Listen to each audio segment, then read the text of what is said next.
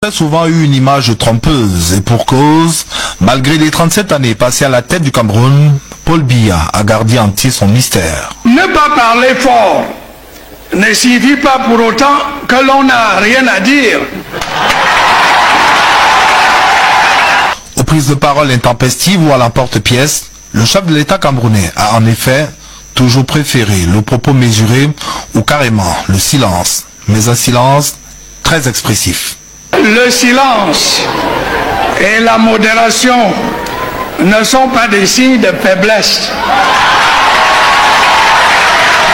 Le récit de sa vie dévoile une enfance austère et une adolescence sous l'escorte des missionnaires auprès desquels il va apprendre d'abord l'amour de la terre, la passion pour l'agriculture. Avez-vous trouvé le jus, M. le Président? Excellent. C'est le pur ou le dilué que vous préférez, M. le Président? Je préférerais un peu le dilué, mais le pur, c'est le top à ce qu'on dit. Je crois aussi qu'il est très bon. Tout est bon ici.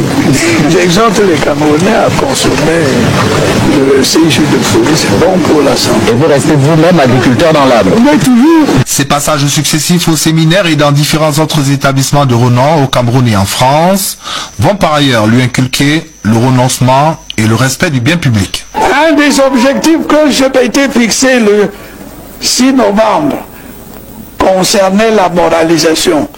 Pensez-vous que nous ayons atteint l'objectif dans ce domaine? Pour moi, non. C'est donc tout naturellement que la lutte contre la vénalité va constituer l'une des batailles les plus épiques de son règne. J'ai donné des directives au gouvernement, au Premier ministre, au ministre des Finances, au ministre de la fonction publique, à tout le gouvernement, pour qu'ils montent d'un camp. Dans cette lutte. Dans cette lutte. Nous ne pouvons pas lutter contre la pauvreté en laissant les gens détourner les fonds publics. Conscient d'être à la tête d'un pays objet de tous les appétits, de toutes les convoitises, Paul Biya va plaider pour une relation totalement décomplexée entre le Cameroun et l'ensemble de ses partenaires internationaux. Le Cameroun est ouvert à la coopération internationale. Il reste fidèle à toutes ses amitiés et à tous ses engagements.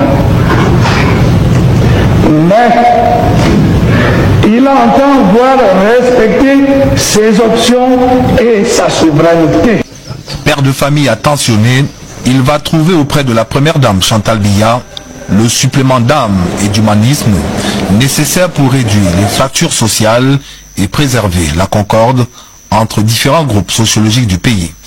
Au Cameroun, les communautés religieuses vivent en harmonie dans le respect des croyances et de la foi des uns et des autres. La laïcité de l'État au Cameroun, c'est la garantie de la paix. C'est le respect de l'autre et de sa foi. Et c'est l'école de la tolérance.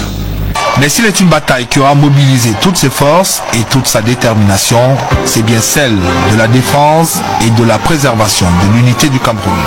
Allons-nous, alors que nous avons à faire face à un double défi majeur, consolider notre démocratie, redresser notre économie, allons-nous, disais-je, laisser remettre en cause notre unité nationale?